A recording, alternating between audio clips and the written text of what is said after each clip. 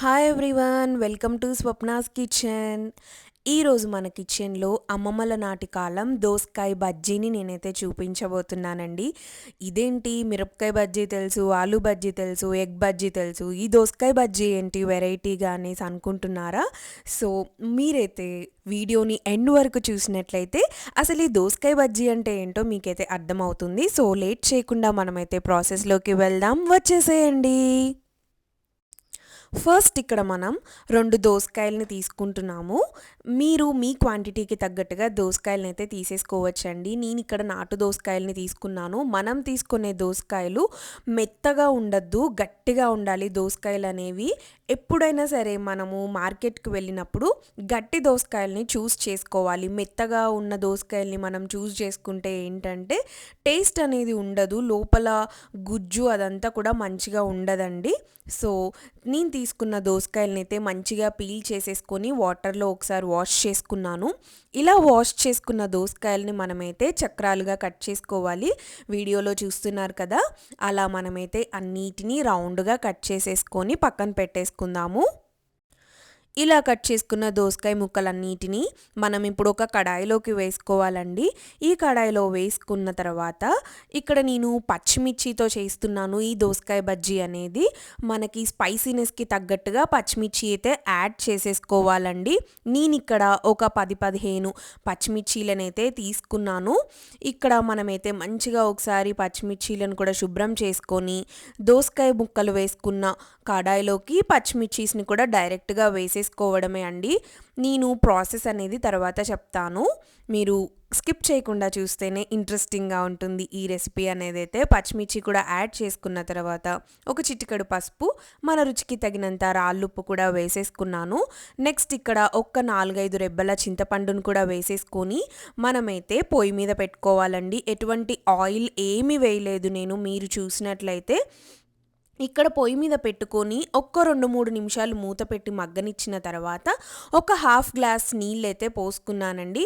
మనం ఈ నీళ్ళతోటే దోసకాయ ముక్కలు, పచ్చిమిర్చి అనేది అయితే మంచిగా ఉడకనిచ్చుకోవాలి. ఈ ఉడికించే ప్రాసెస్లో అసలు నేను ఏమీ ఆయిల్ వేయలేదండి. వాటర్ మనకి మంచిగా పోవాలి. ఆ వాటర్ పోయాయి అని అంటే మనకి దోసకాయ ముక్కలు అనేది మంచిగా మగ్గినట్టు అని అర్థం. ఈ దోసకాయ బజ్జీనే మనము దోసకాయ పచ్చడిలాగా కూడా అనుకోవచ్చు.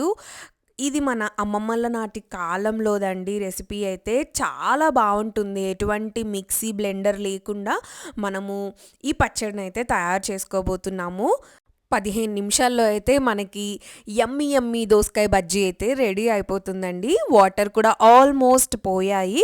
ఇక మనము స్టవ్ ఆఫ్ చేసుకుంటే అయితే సరిపోతుంది. మనకి ఈ దోసకాయ ముక్కలు అనేవి బాగా వేడి చల్లారాలండి. దాని తర్వాతే మనమైతే నెక్స్ట్ ప్రాసెస్లోకి వెళ్ళాలి. చూస్తున్నారు కదా, వాటర్ మొత్తం పోయాయి. ఇప్పుడు మన చేతినే ఒక బ్లెండర్ లాగా అనుకొని మనం మంచిగా స్క్వీజ్ చేసుకోవాలి. పచ్చిమిర్చీలు, దోసకాయ ముక్కలన్నిటిని బాగా కలుపుకోవాలండి. మనం ఎంత బాగా కలుపుకుంటే మన పచ్చడి అనేది అంత యమ్మీగా ఉంటుంది. పచ్చిమిర్చిలో ఉన్న రసం అంతా దిగి చాలా బాగుంటుందండి. మధ్య మధ్యలో నలగకుండా ఉన్న పచ్చిమిర్చి ముక్కలతో పాటు వేడి వేడి అన్నంలో నెయ్యి వేసుకొని దోసకాయ బజ్జీ వేసుకొని తింటే చాలా అద్భుతంగా ఉంటుందండి. అన్నం మొత్తం మనం దీంతోటే తినేయచ్చు, అంత యమ్మీగా ఉంటుంది.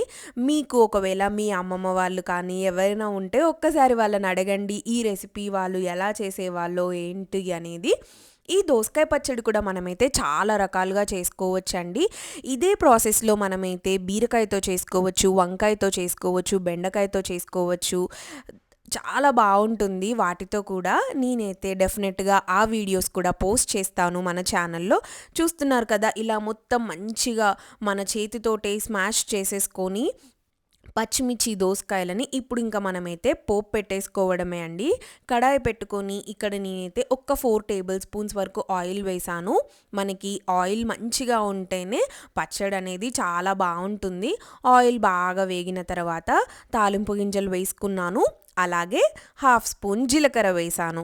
నేను మీకు ఆల్రెడీ చాలా వీడియోస్లో షేర్ చేసుకున్నాను కదా, తాలింపు గింజలలోనే నేను జీలకర్ర అనేది అయితే యాడ్ చేయనండి. కొన్ని రెసిపీస్కి జీలకర్ర యాడ్ చేయకపోతేనే బాగుంటుంది కదా. సో అందుకనేసి నేను జీలకర్ర నాకు ఎక్కడైతే కావాలో అందులోనే నేను యూస్ చేసుకుంటున్నాను. నెక్స్ట్ ఇక్కడ నేనైతే వెల్లుల్లిపాయ రెబ్బలు దంచుకొని అవి కూడా వేసేసుకొని ఎండుమిర్చి వేసుకున్నాను. తర్వాత కరివేపాకు ఒక గుప్పెడు వేసుకున్నానండి. తాలింపు అంటేనే కరివేపాకు వేస్తేనే కదా ఆ తాలింపు అనేది ఫుల్ఫిల్ అయ్యేది.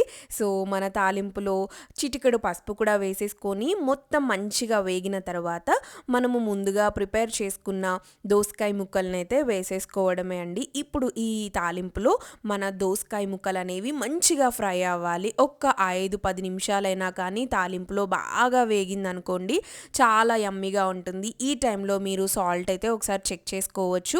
మీకు ఒకవేళ సాల్ట్ ఏమన్నా పడుతుంది అని అంటే అడ్జస్ట్ చేసేసుకుంటే అయితే సరిపోతుందండి. నాకు కొంచెం సాల్ట్ పడుతుంది అనిపించింది, అందుకనైతే నేనైతే కొంచెం సాల్ట్ వేసుకున్నాను. 10 నిమిషాలు అయిందండి. నేనైతే తాలింపులో మంచిగా దోసకాయ బజ్జీనైతే వేయించుకుంటూ నూనెలో ఆ పచ్చివాసన అంతా పోయే వరకు అయితే వేగనివ్వాలి. సో ఇక్కడ నేనైతే స్టవ్ ఆఫ్ చేసుకున్నాను. ఇంకా అస్సలు ఆలస్యం లేకుండా అన్నంలో దోసకాయ బజ్జీ వేసుకొని నెయ్యి వేసుకొని మీరు తిన్నారంటే చాలా యమ్మీగా ఉంటుందండి. నెయ్యి అనేది ఆప్షనల్, మీకు ఇష్టమైతే వేసుకోవచ్చు, లేదంటే లేదు. నేనైతే ఇంకా కలుపుకొని ఆలస్యం లేకుండా తినేస్తున్నాను. మీకైతే ఈ దోసకాయ బజ్జీ నచ్చిందనే అనుకుంటున్నాను. మన వీడియోనైతే లైక్ చేయండి, మీరు కూడా డెఫినెట్గా ట్రై చేయండి. Thank you for watching. Bye.